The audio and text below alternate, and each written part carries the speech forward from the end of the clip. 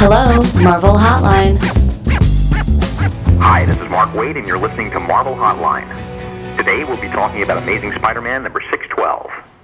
For the last couple of years, we've been very careful about keeping Spider-Man's old familiar villains off the playing field so that we could give him some breathing room and also, create a bunch of new things.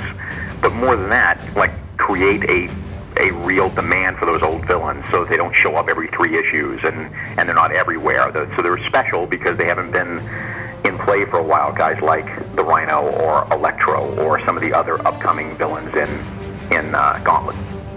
We wanted to start with Electro because, first off, I have a affinity for Electro. I don't know why that is. I think maybe it's because he's one of the first Spider-Man villains I ever saw.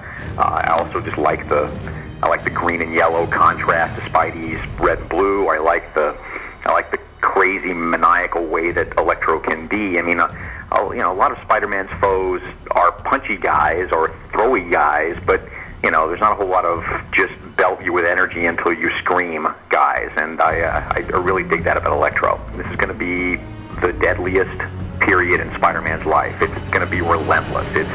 Electro is only the first of many of his established villains that you're going to see come back just relentlessly on top of each other, just hammering Peter down to the floorboards. Couldn't be happier with Paul Azaceta on the reins of the book. He and I worked together on a book I did at Boom Studios called Potter's Field, and I've been a fan of his for years. It's a really sort of gritty, street level style, sort of David Mazzucchelli-ish, that sort of almost Alex Toth-ish in some ways, that really lends itself to the subject matter. Does an amazing Electro. His storytelling is great. And then on top of that, we have Dave Stewart doing the colors. So it's just a beautiful, beautiful looking book. And thanks for listening. This is Mark Waid, and this is Marvel, Your Universe. Thanks for calling. Check back next week for more Marvel Hotline. Marvel, Your Universe.